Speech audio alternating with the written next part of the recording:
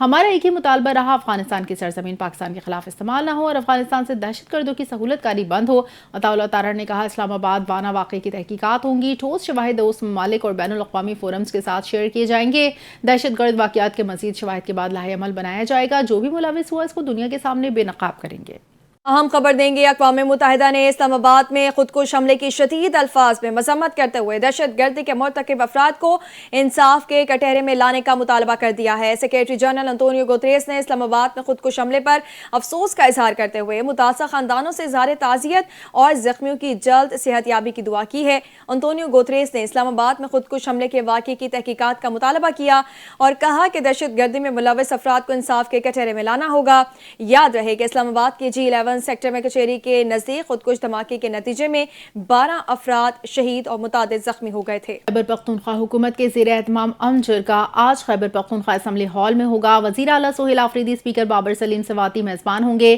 P T I پارلیمانی وفد کی گورنر خیبر پختونخوا فیصل کریم کنڈی کو جرگے میں شرکت کی دعوت، صوبے کے ترقی خوشحالی کے لیے متحد ہو کر آگے بڑھنے کے عزم کا اظہار۔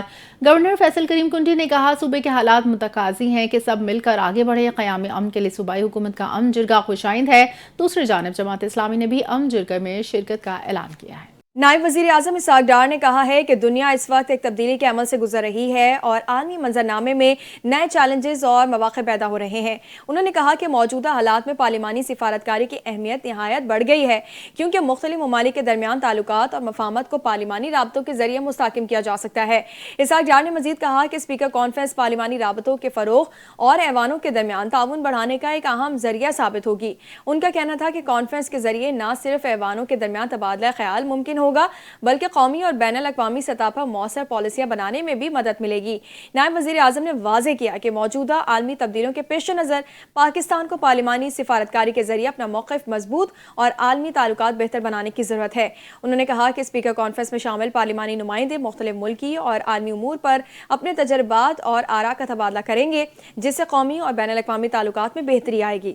سی ٹی ڈی نے فتنہ الخارج کے انتہائی مطلوب 2 ٹارگٹ کلرز کو ہلاک کر دیا۔ سی ٹی ڈی نے بنوں میں دہشت گردوں کی موجودگی کی اطلاع پر کارروائی کی، فتنہ الخارج کے 2 ٹارگٹ کلرز ہلاک۔ سی ٹی ڈی ترجمان کے مطابق ہلاک دہشت گردوں سے کلاشنکوف پستول، ہینڈ گرینیڈ، موبائل فونز، کالعدم تنظیم کے کارڈ برآمد۔ دہشت گردوں کے دیگر 2 ساتھی رات کی تاریکی میں فرار ہو گئے۔ پاکستان رینجرز سندھ اور سی ٹی ڈی پولیس نے مشترکہ کارروائی کرتے ہوئے شیرشاہ کے علاقے سے فتنہ الخوارج کا انتہائی مطلوب دہشت گرد محمد نور عرف قم ولد علی خان کو گرفتار کر لیا ہے۔ ترجمان رینجرز کے مطابق گرفتار ملزم کے قبضے سے اسلحہ اور ایمونیشن بھی برآمد کر لیا گیا ہے۔ دوران تفتیش ملزم نے انکشاف کیا کہ وہ اپنے دیگر ساتھیوں کے ساتھ مل کر ٹارگٹ کلنگ، بھتہ وصولی، بم دھماکوں، اغوا برائے تاوان اور پولیس مقابلوں میں ملوث رہا ہے۔ ترجمان کے مطابق ملزم 2010 میں فتنہ الخوارج کے دہشت گرد قیوم محسود گروپ میں شامل ہوا اور 2012 میں عابد مچھڑ کی ٹارگٹ کلنگ ٹیم کا حصہ رہا۔ ملزم کے بیشتر ساتھی کراچی آپریشن کے دوران رینجرز اور پولیس مقابلوں میں مارے جا چکے یا گرفتار ہو چکے ہیں، جبکہ ملزم 2015 میں گرفتاری سے بچنے کے لیے پنجاب اور کے پی میں روپوش رہا۔ ترجمان کے مطابق ملزم کے خلاف تھانہ منگو پیر اور خواجہ اجمیر نگری میں متعدد مقدمات درج ہیں جن میں وہ مفرور تھا۔ گرفتار ملزم کو اسلحہ، ایمونیشن، دھماکہ خیز مواد سمیت مزید قانونی کارروائی کے لیے پولیس کے حوالے کر دیا گیا ہے۔ شہر فیروز میں بحریہ روڈ کے قریب پولیس چوکی پر مسلح افراد کی فائرنگ سے 2 پولیس اہلکار جاں بحق، مسلح ملزمان فائرنگ کے بعد جائے وقوع سے فرار ہو گئے۔ ملزمان اہلکار کو اسلحہ ساتھ لے گئے۔ پولیس کے مطابق دونوں اہلکار بحریہ روڈ کے قریب پولیس چوکی پر نائٹ ڈیوٹی پہ تعینات تھے۔ جاں بحق اہلکاروں کی شناخت سعید سولنگی اور غلام حسین راجپور کے ناموں سے ہوئی۔ پولیس نے جائے وقوع پہنچنے کے بعد لاشیں ضابطے کی کارروائی کے لیے اسپتال منتقل کر دی۔ ملزمان کی تلاش کے لیے ٹیمیں تشکیل۔ عزیز آباد میں دکان پر نامعلوم افراد نے فائرنگ کر کے تاجر کو قتل کر دیا۔ نارتھ ناظم آباد میں ٹرک نے رائڈر کو رون ڈالا۔ سکھن پولیس نے کارروائی کے دوران 2 اسٹریٹ کرمنلز کو گرفتار کر لیا۔ سول لائن اور سچل پولیس نے سرچ آپریشن میں متعدد مشتبہ افراد کو حراست میں لے لیا ہے۔ اسی حوالے سے دیکھتے ہیں جنید فیروز کی یہ رپورٹ۔ کراچی میں قتل و غارت گری کا سلسلہ تھم نہ سکا۔ عزیز آباد تھانے کی حدود حسین آباد میں موبائل کی دکان پر فائرنگ سے ایک شخص جاں بحق ہو گیا۔ پولیس کے مطابق مقتول کی شناخت 30 سالہ حسن علی کے نام سے کی گئی۔ فائرنگ کے وقت علی حسن دکان پر اکیلا موجود تھا۔ موٹر سائیکل سوار ملزمان کی جانب سے علی حسن پر فائرنگ کی گئی جس سے وہ موقع پر جاں بحق ہلاک ہو گیا۔ پولیس نے جائے وقوع سے شواہد اکٹھے کر کے تفتیش کا آغاز کر دیا۔ ادھر نارتھ ناظم آباد لنڈی کوتل چورنگی کے قریب موٹر سائیکل سوار online food delivery rider کو ٹرک نے کچل ڈالا۔ ریسکیو حکام کے مطابق مقتول کو پہلے کار سوار نے ٹکر ماری جس سے وہ زمین پر گر گیا۔ پیچھے سے آنے والے ٹرک نے بائک سوار کو رون ڈالا۔ واقعے کے بعد ڈرائیور گاڑی سمیت فرار ہو گیا۔ جاں بحق ہونے والے شخص کی شناخت تاحال نہ ہو سکی۔ پولیس نے CCTV فوٹیج کی مدد سے ٹرک ڈرائیور کی تلاش شروع کر دی۔ سکھن پولیس نے کارروائی کرتے ہوئے اس کرائم کے وارداتوں میں ملوث 2 ملزمان کو گرفتار کر لیا۔ پولیس کے مطابق گرفتار ملزمان غفور احمد اور ضیاء الرحمان کے قبضے سے اسلحہ اور مسروقہ سامان برآمد ہوا۔ پولیس نے ملزمان کے خلاف مقدمہ درج کر کے تفتیش کا آغاز کر دیا۔ رات گئے تھانہ سول لائن اور سچل پولیس نے جرائم پیشہ عناصر، منشیات فروشوں اور غیر قانونی طور پر مقیم افراد کے خلاف بھاری نفری کے ہمراہ سرچ آپریشن کیا۔ اس دوران علاقوں کے داخلی اور خارجی راستوں کی ناکہ بندی کر کے گھر گھر تلاشی بھی لی گئی۔ پولیس نے متعدد مشتبہ افراد کو حراست میں لے کر تفتیش کے لیے تھانے منتقل کر دیا۔ Junaid Feroz, NTN news, Karachi. کراچی میں سچل تھانے کی حدود میں ابو الحسن اصفہانی روڈ پر پولیس نے سرچ آپریشن کر کے غیر قانونی طور پر مقیم 10 سے زائد افغان باشندوں کو حراست میں لیا۔ پولیس کی بھاری نفری نے رات گئے ابو الحسن اصفہانی روڈ پر واقع رہائشی عمارت کے فلیٹس میں تلاشی لی۔ آپریشن کے دوران لوگوں کی شناختی قوائف چیک کیے۔ اس دوران متعدد افغان باشندوں کو حراست میں لیا۔ پولیس کا کہنا ہے حراست میں لیے گئے افراد کی شناختی قوائف پورے نہیں تھے۔ کرمنل ریکارڈ چیک کرنے کے لیے انہیں تھانے منتقل کیا۔ پولیس نے بتایا یہ آپریشن غیر قانونی طور پر مقیم افغان باشندوں اور جرائم پیشہ افراد کی تلاش میں کیا گیا۔ آپریشن کے دوران داخلی خارجی راستے سیل۔ سندھ میں اٹلی کی معاونت سے ہنرمند نوجوانوں کے فروغ کا منصوبہ زیر غور ہے۔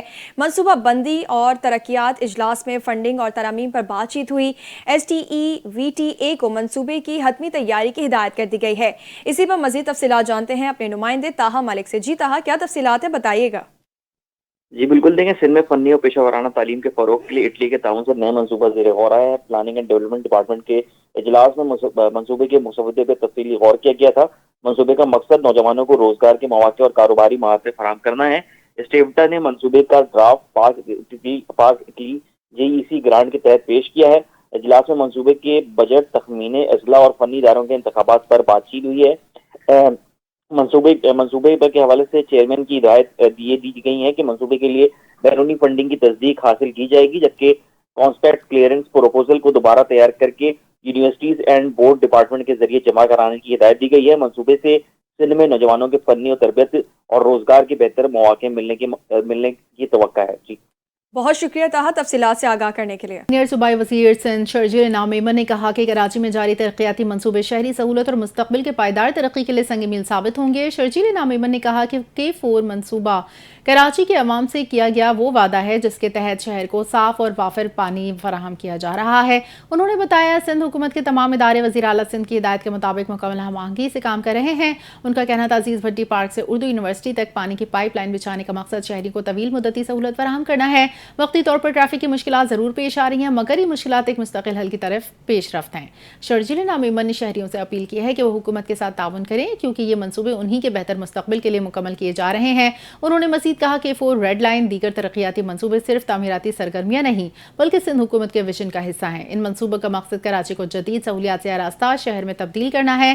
وزیر اطلاعات کا کہنا ہے تمام منصوبوں کی رفتار تیز کر دی گئی، جہاں عوامی مشکلات سامنے آ رہی ہیں وہاں فوری اقدامات کیے جا رہے ہیں۔ شرجیل انعام میمن نے یقین دلایا کہ سندھ حکومت عوام کی خدمت کے جذبے سے کام کر رہی ہے اور جلد کراچی کے شہری ان منصوبوں کے مثبت نتائج خود محسوس کریں گے۔ دوسری جانب چیف سیکریٹری سندھ آصف حیدر شاہ نے آج emergency operation and control centre کا دورہ کیا ہے۔ دورے کے موقع پر کمشنر کراچی اور سیکریٹری صحت بھی ان کے ہمراہ موجود تھے۔ Emergency operation and control centre میں چیف سیکریٹری کو خسرہ، روبیلا اور پولیو سے بچاؤ کی مہم کے حوالے سے تفصیلی بریفنگ دی گئی ہے۔ چیف سیکریٹری سندھ نے بتایا کہ خسرہ اور روبیلا سے بچاؤ کی قومی مہم 17 سے 29 نومبر 2025 تک جاری رہے گی، جس کے دوران 5 سال تک کے بچوں کو مفت ویکسین فراہم کی جائے گی۔ اجلاس میں والدین کو بھی ہدایت کی گئی ہے کہ وہ اپنے بچوں کو MR ویکسین لگوائیں اور 5 سال سے کم عمر بچوں کو پولیو سے بچاؤ کے قطرے ضرور پلائیں۔ اس موقع پر emergency operation and control centre کے سابق کوارڈینیٹر ارشاد سوڈھر کی خدمات کو سراہا گیا۔ کراچی میں اس وقت کوئی پولیو کا کیس سامنے نہیں آیا، تاہم ماحولیاتی نمونے مثبت پائے گئے ہیں۔ ترک فضائی کا C-130 طیارہ آذربائیجان اور جارجیا کی سرحد کے قریب گر کر تباہ ہو گیا۔ طیارے میں سوار 20 اہلکار جاں بحق، روانگی کے کچھ دیر بعد طیارہ سرحدی علاقے میں گر کر تباہ ہوا۔ طیارہ آذربائیجان سے ترکیہ جا رہا تھا۔ صدر رجب طیب اردوان نے اور دارالحکومت انقرہ میں ایک تقریب سے خطاب کے دوران دکھ کا اظہار کرتے ہوئے بتایا ترک C-130 فوجی طیارہ آذربائیجان سے آ رہا تھا، جارجیا اور آذربائیجان کی سرحد کے قریب حادثے کا شکار ہوا۔ طیب اردوان نے بتایا ہماری امدادی ٹیمیں مقامی حکام کے ساتھ مل کر ریسکیو آپریشن میں مصروف ہیں اور شہیدوں کے لیے ہماری دعائیں۔ ترک کمیونیکیشنز ڈائریکٹر برہانتن دوران نے بتایا کہ تلاش اور ریسکیو حادثے کی اطلاع ملتے ہی شروع کر دیا گیا۔ اس حوالے سے مصدقہ خبروں کے لیے حکام کی جانب سے جاری کی گئی معلومات پر یقین کریں، غیر مصدقہ خبریں پھیلانے سے گریز کریں۔ دوسری جانب صدر مملکت آصف علی زرداری نے ترکیہ میں فوجی طیارے کے حادثے پر گہرے رنج و غم کا اظہار کیا ہے۔ ترکیہ میں فوجی طیارے کو پیش آنے والے حادثے کے حوالے سے صدر آصف علی زرداری نے ترک صدر رجب طیب اردوان سے اظہار تعزیت کیا اور ترک قوم سے ہمدردی کا اظہار کیا۔ صدر پاکستان نے حادثے میں شہید ہونے والے ترک اہلکاروں کے درجات کی بلندی کے لیے دعا کی۔ اس موقع پر صدر آصف علی زرداری نے کہا کہ پاکستان ترکیہ کے دکھ میں برابر کا شریک ہے۔ ترکیہ اور پاکستان آزمائش کی ہر گھڑی میں ایک دوسرے کے شانہ بشانہ کھڑے ہیں۔ شہر قائد کی فضا ایک مرتبہ پھر خاصی خراب دیکھنے میں آ رہی ہے۔ رات گئے شہر قائد میں گرد آلود ہواؤں کا راج، اس کی وجہ شہر کا فضائی معیار مضر صحت بتایا جا رہا ہے۔ تفصیلات جانتے ہیں نمائندہ ثاقب خانزادہ سے۔ جی ثاقب۔ جی ہاں بالکل، جاتی گرمی اور آتی سردی نے شہر قائد کی فضا کو خنک بنا دیا ہے، جس کے سبب شہریوں نے گرم ملبوسات کی دکانوں کا رخ کر لیا ہے۔ رات گئے سے شہر قائد کی فضا میں ہلکی خنکی اور ٹھنڈک کا احساس ہوتا ہے، جس کی وجہ سے شہر میں گرد آلود ہوائیں چلنے کا سلسلہ جاری ہے، جس کی وجہ سے شہر کا فضائی معیار خاصا خراب دیکھنے میں آ رہا ہے۔ اگر ہم آج کی بات کریں تو اس وقت شہر قائد کا ایئر کوالٹی انڈیکس 158% ریکارڈ کیا جا رہا ہے، جو کہ ماہرین کے مطابق انتہائی مضر صحت قرار دیا گیا ہے۔ اس کے علاوہ جو آلودہ ترین شہروں کی بات کریں تو آج لاہور تیسرے جبکہ کراچی 11 نمبر پہ موجود ہے۔ اس کے علاوہ محکمہ موسمیات نے جو آج شہر قائد کا جو موسم کے حوالے سے تفصیلات جاری کی ہیں، جو اس وقت شہر قائد کا جو درجہ حرارت ہے وہ 26 ڈگری ریکارڈ کیا جا رہا ہے۔ شہر کا جو نمی کا جو تناسب ہے اس وقت شہر قائد میں وہ 43% ہے اور 5 کلومیٹر فی گھنٹہ کی رفتار سے ہوائیں چل رہی ہیں۔ یہ گرد آلود ہوائیں ہیں، جس کی وجہ سے شہر کا فضائی معیار خاصا خراب ہو چکا ہے۔ اس فضا میں شہر قائد کی فضا میں جو مضر سے ذرات کی مقدار ہے وہ خاصا زیادہ دیکھنے میں آ رہی ہے، جس کے سبب خاص طور پہ بچے، بوڑھے اور سانس اور دمے کے مریضوں کو احتیاط کرنے کا مشورہ دیا گیا ہے۔ غیر ضروری طور پہ باہر نہ نکلنے کا بھی مشورہ دیا ہے۔ نکلنے کی صورت میں اینٹی اسموکس ماسک یا N95 ماسک کا استعمال لازمی قرار دیا گیا ہے۔ اس کے علاوہ ماہرین نے انتباہ جاری کیا ہے کہ فضائی آلودگی موت کی دوسری بڑی وجہ بتائی گئی ہے۔ اس کے علاوہ محکمہ موسمیات کا یہ بھی کہنا ہے کہ آج شہر قائد میں جو موسم ہے وہ تیز دھوپ کے ساتھ گرم اور مرطوب رہنے کا امکان ظاہر کیا جا رہا ہے، بلکہ شام کے اوقات میں پارا نیچے گرنے کا بھی امکان ظاہر کیا جا رہا ہے۔ جی تو دوسری جانب پنجاب کے مختلف شہروں میں آلودگی کے ڈیرے برقرار ہیں۔ لاہور دنیا کے آلودہ شہروں میں دوسرے نمبر پر پہنچ گیا ہے۔ عالمی ماحولیاتی ویب سائٹ کے مطابق صوبائی دارالحکومت کا ایئر کوالٹی انڈیکس 455 تک جا پہنچا ہے۔ لاہور کے علاقے راوی روڈ کا AQI 855، پنجاب یونیورسٹی کے اطراف 742، ماڈل ٹاؤن 682 اور ساندہ روڈ کا 618 ریکارڈ کیا گیا ہے۔ محکمہ موسمیات کے مطابق شہر کا کم سے کم درجہ حرارت 12 جبکہ زیادہ سے زیادہ درجہ حرارت 26 ڈگری سینٹی گریڈ ریکارڈ کیا گیا ہے۔ ہوا میں نمی کا تناسب 65% تک جا پہنچا ہے۔ ہوا کی رفتار 5 کلومیٹر فی گھنٹہ ریکارڈ کی گئی ہے۔ اس کے علاوہ پنجاب کے دیگر شہروں بہاولپور کا ایئر کوالٹی انڈیکس 620 تک پہنچ گیا ہے۔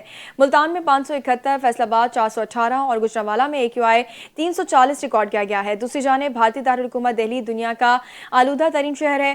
AQI 761 ریکارڈ کیا گیا ہے۔ طبی ماہرین کا کہنا ہے کہ مسلسل بڑھتی آلودگی شہریوں کے لیے شدید خطرہ بن چکی ہے۔ شہری غیر ضروری سفر سے گریز کریں، ماسک کا استعمال یقینی بنائیں اور صبح کے اوقات میں کھلی فضا میں سرگرمیوں سے پرہیز کریں۔ پاکستانی فاسٹ بولر حارث رؤف نے کوئی بھی میچ جیتنے کو سب سے زیادہ اہم قرار دیتے ہوئے کہا کہ ٹیسٹ کرکٹ کھیلنے کا موقع ملے گا تو ضرور تیار ہوں گا۔ پہلے ون ڈے میں سری لنکا کو دلچسپ مقابلے میں شکست دینے کے بعد حارث رؤف نے میڈیا سے گفتگو کرتے ہوئے کہا سرد موسم میں بولنگ کرنا مشکل ہوتا ہے۔ حارث رؤف نے شکوہ کیا کہ لوگ 10 اچھے میچز کو بھول کر ایک برے میچ کو یاد رکھتے ہیں۔ لوگ چاہتے ہیں کھلاڑی ہر میچ میں پرفارمنس دیں۔